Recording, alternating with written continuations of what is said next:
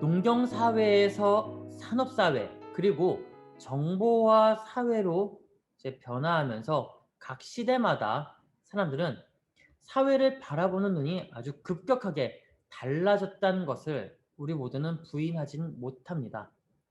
농경사회에서 산업사회로 넘어갈 때 혁명이 하나 있었죠. 산업혁명이 있었고, 또한 산업사회에서 정보사회로 넘어갈 때에 정보혁명이 있었습니다.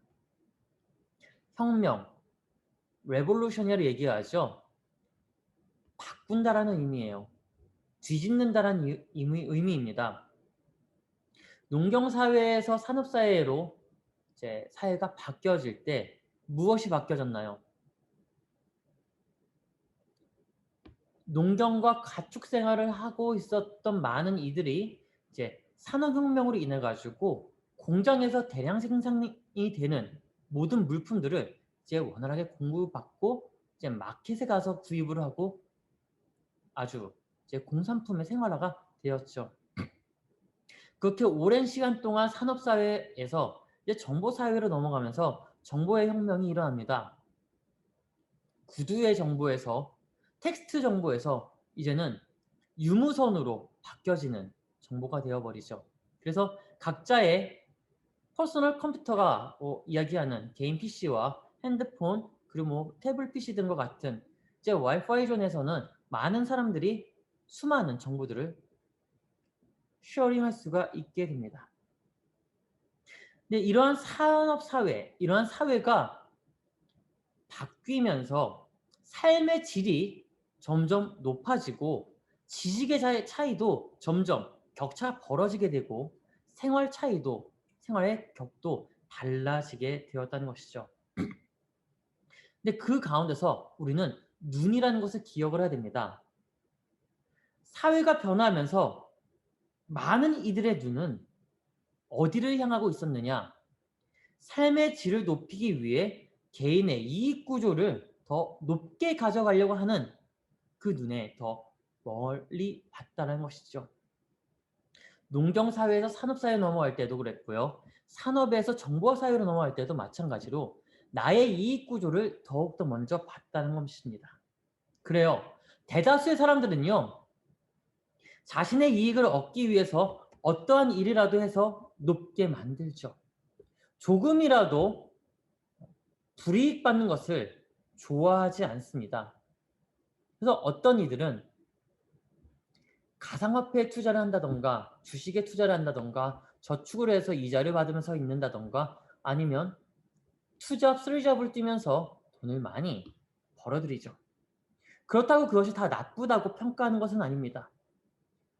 개인의 생활 또한 개인의 가치 때문에 하는 부분이기 때문에 나쁘다고 평가는 할 수가 없죠. 그러나 이익의 구조에서 봤을 때는 산업과 사회 그리고 개인의 이익 구조에서 봤을 때는 참으로 좋지 않는 부분들이 많이 깃들어져 있다라는 것입니다. 하지만 자신의 이익을 위해서 타인 혹은 사회의 전반적인 부분에 영향을 끼쳐 무언가를 망가뜨리거나 선순환의 구조를 악순환의 구조로 변화시켰다라고 하면 우리는 앞으로 어떻게 해야 될까요? 원래 있었던 선순환의 구조를 개인의 이익에 취득을 위해서 악순환의 구조로 변화시켰다라고 한다면 우리는 앞으로 어떠한 삶을, 어떠한 사회로 만들어 가야 될까요? 한번 생각해 봅시다.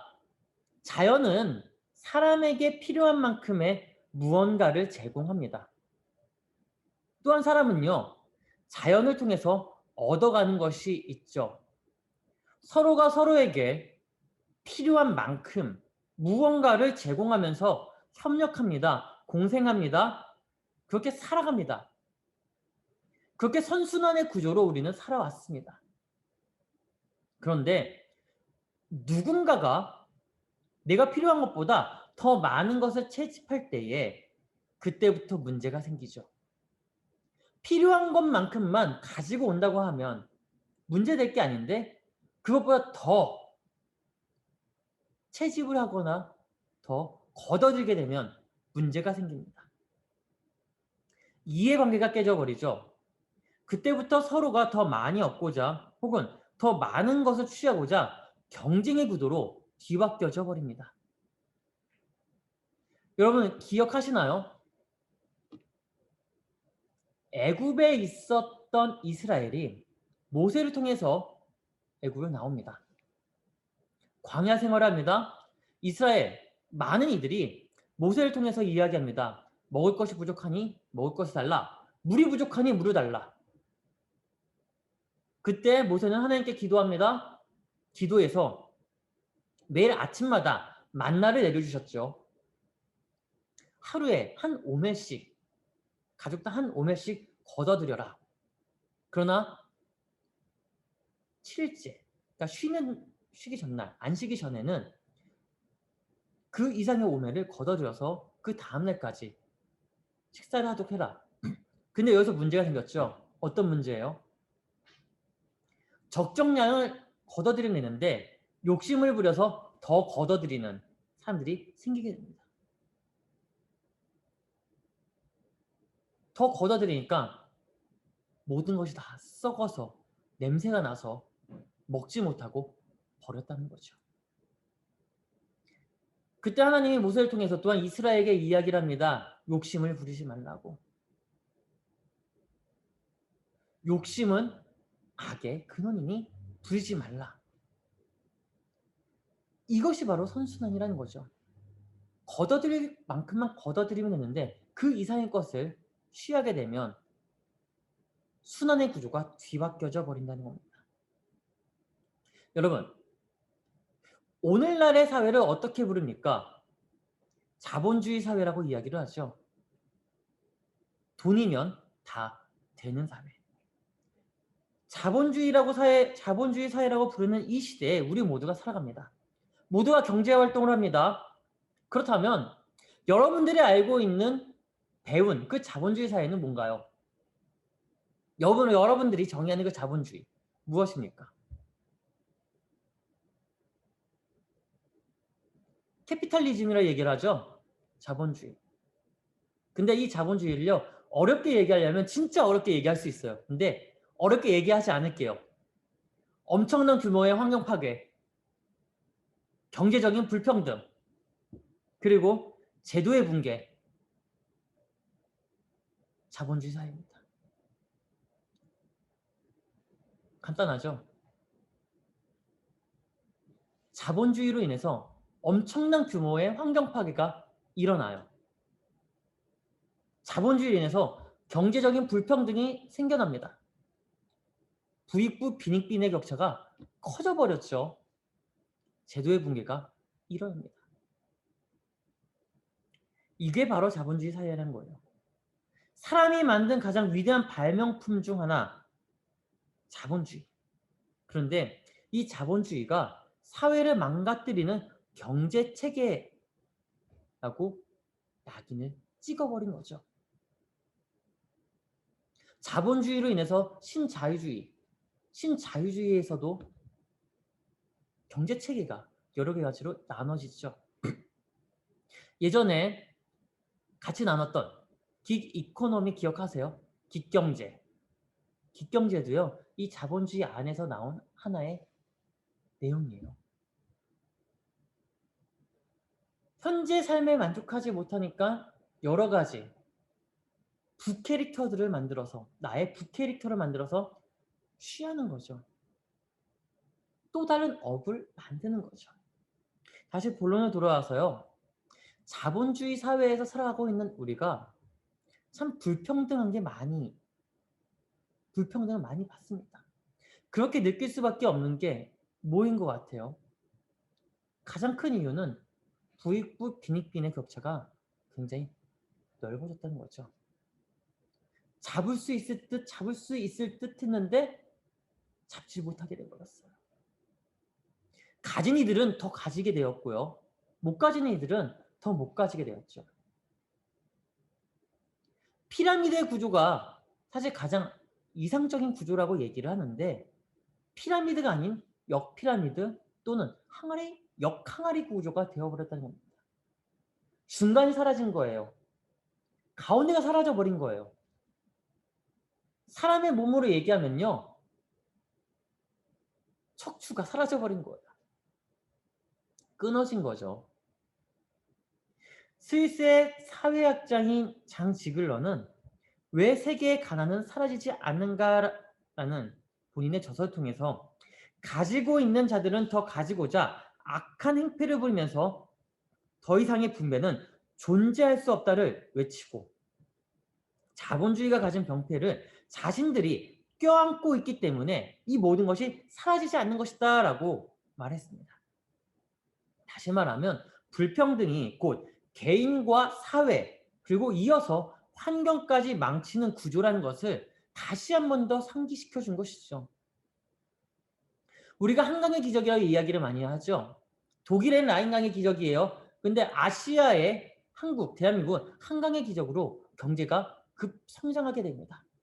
경제가 급성장하면서 많은 동아시아의 국가들도 같이 성장하게 되죠. 그런데 같이 성장하다가 뒤처지는 국가가 하나씩 생겨나요.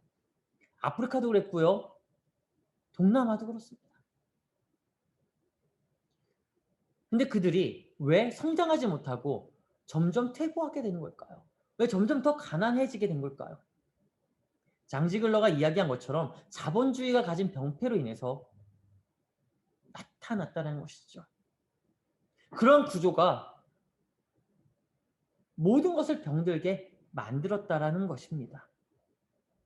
오늘부터 수주간 구약의 예언서인 이 요엘서를 중심으로 전 세계적으로 떠오르고 있는 경영의 구조인 ESG, 이 ESG 경영을 기독교적 가치관으로 살펴보고자 합니다.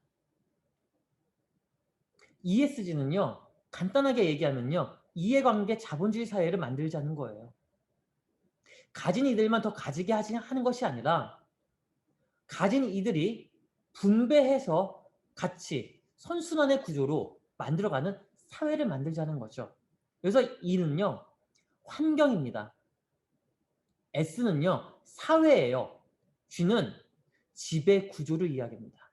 여기서 지배 구조는요, 국가가 될 수도 있고요, 기업이 될 수가 있고요, 또한 개인도 될 수가 있습니다.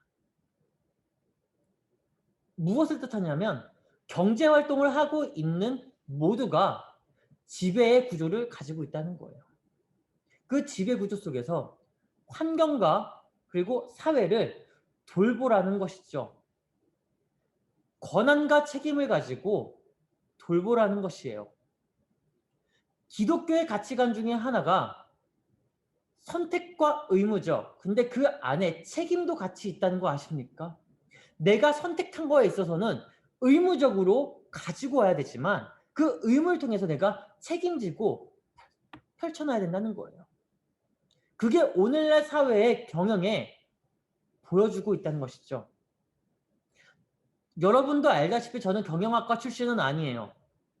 그런데 사회가 믿는 사람들에게 무엇을 요구하고 있는지, 그리고 우리는 그 요구에 어떻게 응답을 해야 하는지, 또 어떤 책임을 짊어지고 한 걸음이라도 더 변화를 시킬 수 있어야 하는지에 대해 생각해 보자는 겁니다.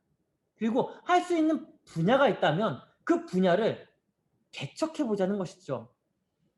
그리고 더 나아가서 교회는 어떤 경영의 체제로 변화시켜 가야 하는지 함께 또한 생각해 보자는 거예요. 먼저 결론부터 이야기를 할게요. 결론부터 이야기한다니까 끝날 거라 생각하죠? 아니요. 끝나는 거 아닙니다. 고개 흔들지 마요. 끝나는 거 아니라고요. 먼저 결론부터 이야기하면요. 경제활동을 하는 우리가 얼마나 돈을 잘 버느냐가 중요한 것이 아니라 벌어들인 그 돈을 어떠한 목적을 가지고 어떻게 잘 쓰느냐가 더 중요한 사회라는 거죠. 예전에는 내가 더 많이 버는 거에 목숨을 걸었어요. 남들보다 10,000원 더, 남들보다 10만 원 더, 남들보다 100만 원, 1,000만 원, 더, 남들보다 부동산을 더, 그것이 목적이었지만 그것을 목표 가지고 살아갔지만 이제는 그렇게 살아가는 것이 아니라 내가 어떻게 잘 쓰는지, 어떻게 잘 도네이트 할 수 있는지, 그것이 더 중요하다는 것이죠. 다시 말하면 같은 투자를 한다고 해도 이해관계에 있어서 얼마나 적합성을 보이고 있는지에 따라 불균형의 사회가 균형적 사회로 만들 수 있느냐 혹은 그렇지 못하느냐를 결정짓게 된다는 것입니다. 여러분들은 참 어려운 사회의 시대에 살아가고 있는 것 같아요. 저도 그렇고요. 낀 세대라고 얘기를 하죠. 90년대 후반의 세대들을 MZ세대라고 얘기를 합니다. 밀레니엄 Z세대. 그들을 왜 MZ세대라고 부르는지 아세요? 왜 MZ세대라고 얘기를 해요? 철저하게 나 외에는 없어요. 공동체가 아닌 나 중심이에요. 내가 잘 되면 되는 거예요. 그런데 MZ세대 이전의 세대들을 보면요.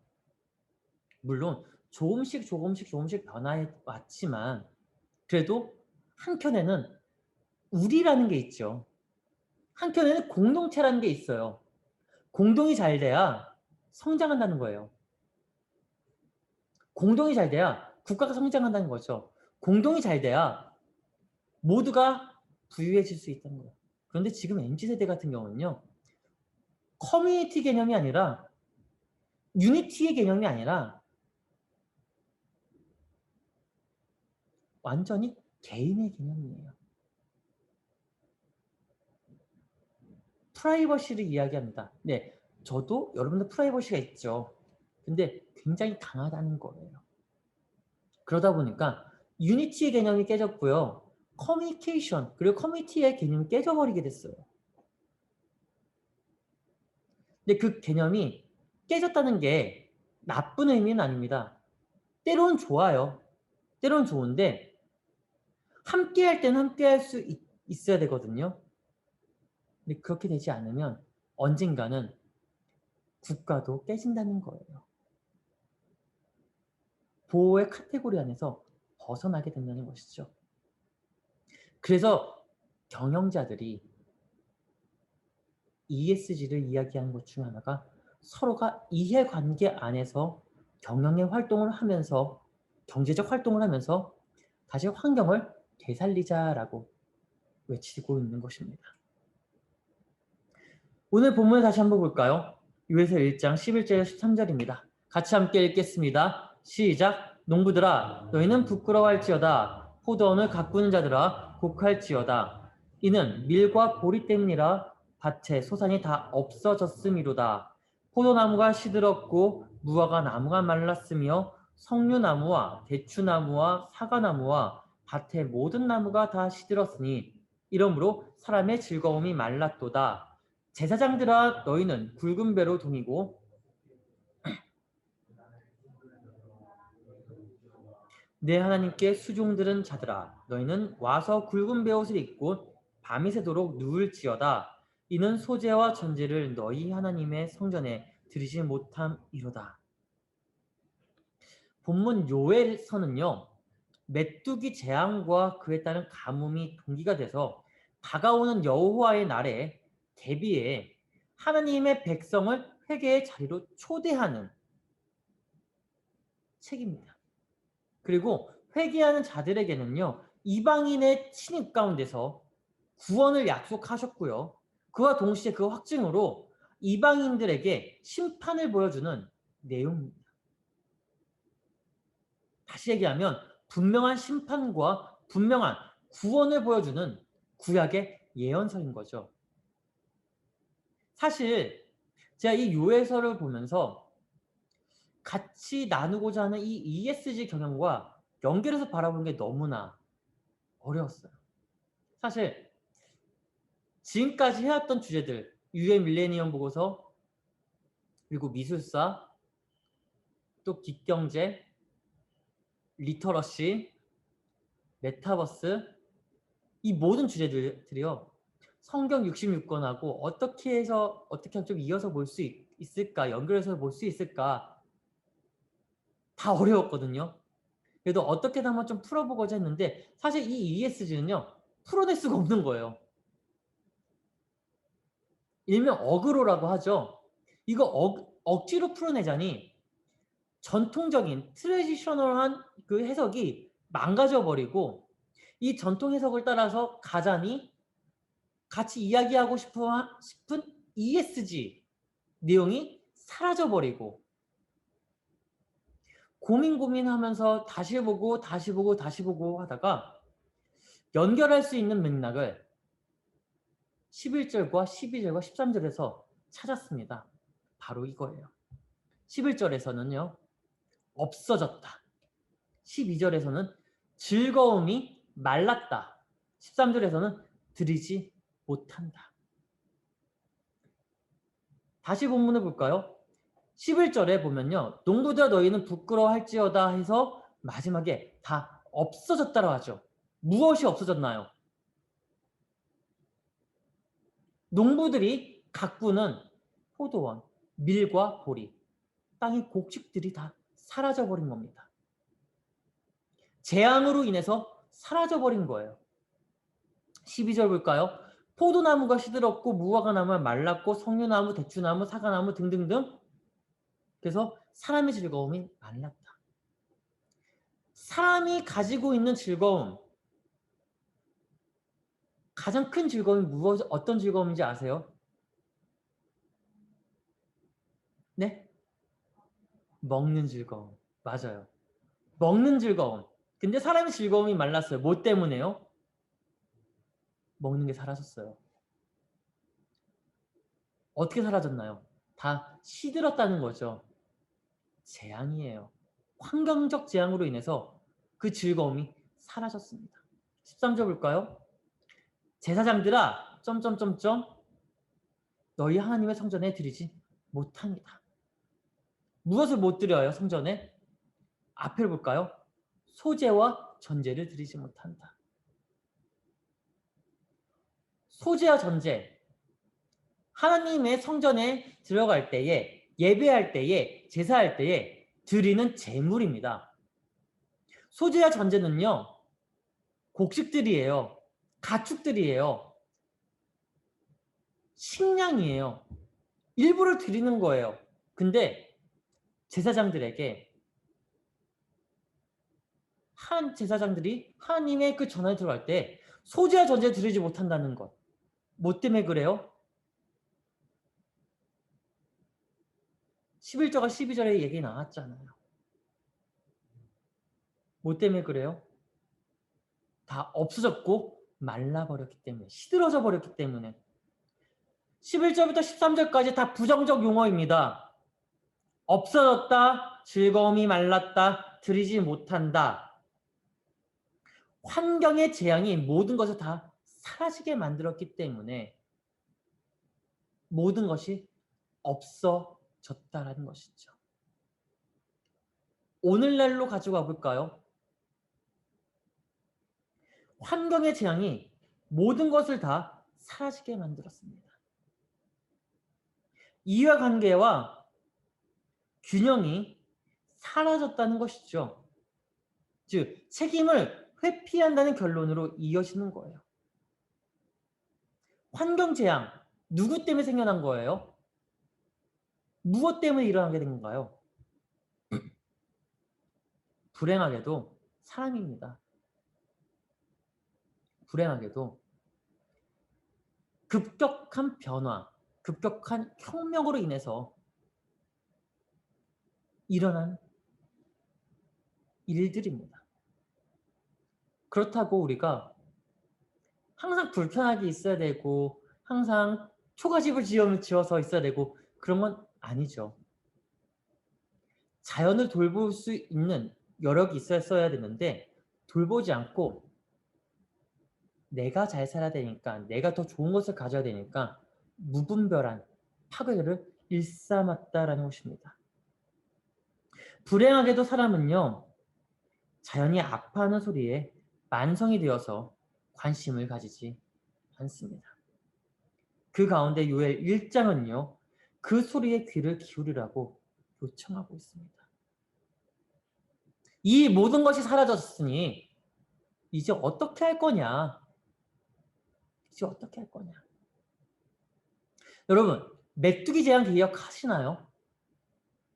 메뚜기 자신이 자신의 몸보다도 최대 3배에서 5배까지 농작물을 먹어치운다고 합니다. 메뚜기가 쓸고 가잖아요. 그러면 초토화가 된다고 하죠. 메뚜기 재앙 어디서 나와요? 출애굽기에서 이게 나오죠. 10가지 재앙 가운데 하나입니다. 그런데 요엘서에서도 메뚜기 재앙에 대해서 이야기를 해요. 오늘 보면 바로 그 윗절에서 이야기합니다. 메뚜기 재앙으로 인해서 모든 것이 다 사라졌다고. 근데 그 재앙이 일어난 것은 성경에서는 이렇게 얘기해요. 성서에서는 여호와의 날이 가까워졌기 때문에 회개하라고, 돌이킴을 가지라고 warning, 경고성의 모습으로 보여준 거다라고 이야기합니다. 근데 이것을 오늘날 사회로 가지고 들어와서 이야기하면 자연이 우리에게 경고를 하고 있는 거예요. 다시는 너희들이 돌아가지 못할 거라고. 다시는 이런 것들을 가질 수 없을 것이다 라고 경고하고 있는 것입니다. 없어질 수밖에 없다. 너희의 그 즐거움이 마를 수밖에 없을 것이다. 그리고 더 이상 너희들이 들이지 못할 것이다. 지금까지 우리는 우리의 이익을 위해서 경제적 활동을 해왔습니다. 수많은 기업들에게 주주 경영을 요구해 왔죠. 주식을 하는 사람들은 잘 알 거예요. 주식을 사요. 그러면 기업마다 조금 다르지만 회사마다 좀 다르지만 배당금이라는 게 있어요. 홀수월에 거의 분기별로 한 번씩 배당금이 나오는데 배당금을 받으면 또 그 주식을 사요. 그리고 주식을 가지고 있기 때문에 주식을 보유하고 있기 때문에 주주인 거죠. 이사회에 나가서 요구를 합니다. 우리의 이익을 더 가질 수 있도록 공격적인 경영, 공격적인 마케팅, 공격적인 상품 판매. 다른 거 상관없어. 나를 위해서, 내가 주주니까 나를 위해서 돈을 더 갖다 벌어와. 그 결과로 산업사회 이후부터 인간의 삶은 편리함과 유익을 우선으로 두어서 함께 공생해야 하는 자연을 무한으로 파괴했고 자원 고갈과 함께 재해를 맞이하게 된 거죠. 엊그제였나요? 쿠팡 이천 물류센터가 화재로 인해서 큰 손실을 입었다고 하죠. 우리는 그 화재로 인해서 가장 안타까운 인재도 잃었습니다. 사람을 잃었어요. 소방관을 잃었거든요. 소방관을 잃었어요. 그런데 그날 쿠팡의 대표가 사임을 합니다. 화재가 일어난 날 사임을 해버려요. 모든 경영권은 다 포기를 하죠. 지금까지 벌어온 것들, 그 한 번으로 인해서 신뢰가 땅바닥으로 곤두박질 치고요. 쿠팡을 가입했던 많은 이들이 탈퇴하기에 이르렀다고 합니다. 우리 쿠팡 참 좋아하잖아요. 새벽 배송, 그리고 번개 배송, 그리고 쿠팡 이츠. 점점점 뭐 하는데 이 일로 인해서 기업의 이미지는 땅바닥으로 떨어져 버렸다는 것이죠. 기업이 회피를 할 것이 아니라 이러한 이슈가 있으면 먼저 앞장서서 그 이슈를 해결해야 되는데 피해버렸어요. 그러니 많은 이들이 그것에 대해서 공정성의 회부, 사회 이슈적인 회부, 그리고 기업 윤리로 인한 결과가 드러나게 된 것이죠. ESG는요. 공정성하고도 연결이 되고요. 기업 윤리하고도 연결이 되고요. 지배구조 안에서 우리가 어떻게 삶을 살아가야 되느냐, 기업과 함께 어떻게 공생해야 되느냐에 대한 것도 이야기를 할 수가 있습니다. 지금까지 기업들이 이것을 터무니없이 많이 무시해왔죠. 아니, 알고 있어도 성장을 해야 되니까 무시할 수밖에 없었습니다. 서로 간의 이해관계가 역설적으로 풀리면서 제한과 제약이 더욱더 심해졌고, 심지어 선진국과 후진국의 격차가 커지면서 발전될 수 있는 꿈도 꾸기 어렵게 만들었죠. 다시 말하면요. 목적 지향의 개발이 처음에는 모두에게 이로운 듯 했지만 이제는 모두를 늪으로 빠지게 만들었다는 겁니다. 이 모든 영향이 우리에게 그리고 우리 자녀들에게 고스란히 돌아오고 있는 실정이에요. 이제는 모든 사회가 동일한 소리를 외치고 있어요. 그리고 그 동일한 움직임을 통해서 변화를 하고자 합니다. 왜냐하면 변화를 이뤄내지 않으면 더 이상 모두가 공생하며 살아갈 수 없기 때문에 그렇습니다. 이제는 다양한 노력을 개인과 사회 그리고 범국가적으로 해야 할 시기가 도래했다라고 볼 수가 있어요. 이미 했어야 되는데 이제야 하고 있는 거죠. 이미 생각을 하고 움직였어야 되는데 이제 하고 있다는 겁니다. 그 기점이 제가 보기에는 코로나로 인해서 그 기점이 바뀐 것 같아요.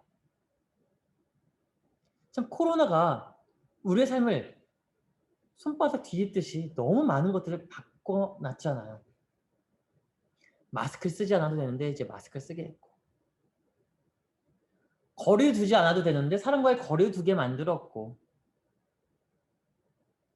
마음대로 어딘가 여행을 갈 수도 있었는데 이제는 하늘길도 바닷길도 잠시 멈추게 만들었고,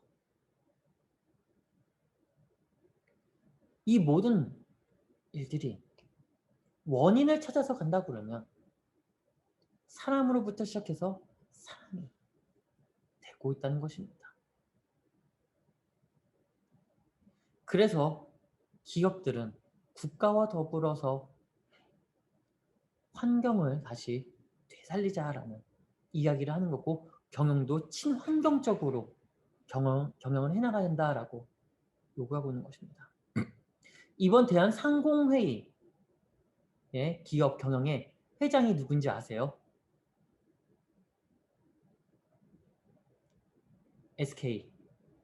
SK그룹의 최태원 회장이에요.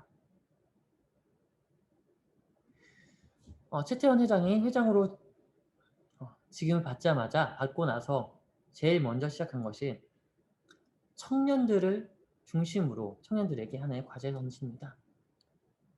어떤 과제냐면요. 오늘 이 주제하고 동일한 주제예요.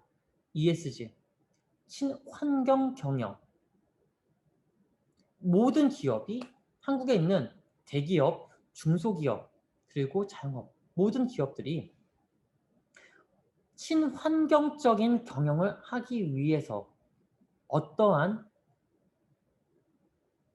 프로젝트를 만들어 진행을 해야 되겠느냐라고 제안을 던졌습니다. 많은 팀들이, 개인과 많은 팀들이 그것을 이제 프로젝트를 가지고 제출하고 있는 것으로 알고 있는데, 아직 결과는 나오진 않은 것 같아요. 근데 굉장한 인사이트한 내용들도 많이 있다고 하더라고요. 그래서 추후에 그런 내용이 나오면 그것도 같이 좀 나눠보고자 합니다. 다시 본론으로 돌아와서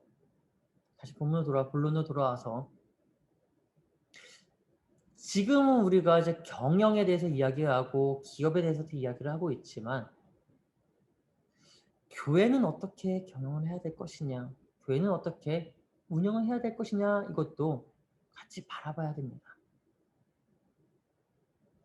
모두가 다 경제활동하고 있지만 신앙생활을 하고 있는 우리가 교회도 운영이 돼야 되잖아요.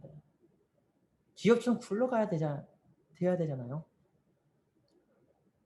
그럼 교회는 어떤 위치에서 어떠한 방법으로 이 ESG 경영을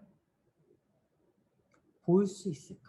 그리고 저와 여러분들의 그 개인의 사회에서도 생활에서도 보일 수 있을까? 그것을 이야기를 해보자고 하는 겁니다. 마지막으로 한 가지 이야기만 하고 마치려고 합니다. 환경적 요인을 가지고 우리는 탓을 돌릴 때가 많이 있죠. 나 때문이 아니야. 너 때문이야. 그것 때문에 그래. 그런데 환경적 요인이 사실 우리에게 큰 타격이 될 수밖에 없어요. 그러나 그 요인을 사회에 적용시키게 한 것은 누군가요? 바로 저와 우리라는 거예요. 그리고 좀 더 넓게 가면요. 기업이고요. 더 넓게 가면요. 국가예요. 다시 말하면 사회적 책임을 1차적으로 짊어져야 하는 것은 우리 모두고요. 그 다음은 기업이고 마지막으로는 국가입니다. 우리는 그 책임을 거꾸로 짊어지게 만듭니다. 사실 우리의 요청으로 이뤄진 것을 타인에게 탓을 돌리면서 회피하고 있는 것이죠. 나는 아니니까 괜찮아. 그런데 우리 손에 이미 다 있어요. 다 쓰고 있다는 거죠. 우리가 회피하면 회피할수록 다양한 노력을 할 수 없고 공정과 상생의 사회를 만들어낼 수 없다는 것을 알아야 됩니다.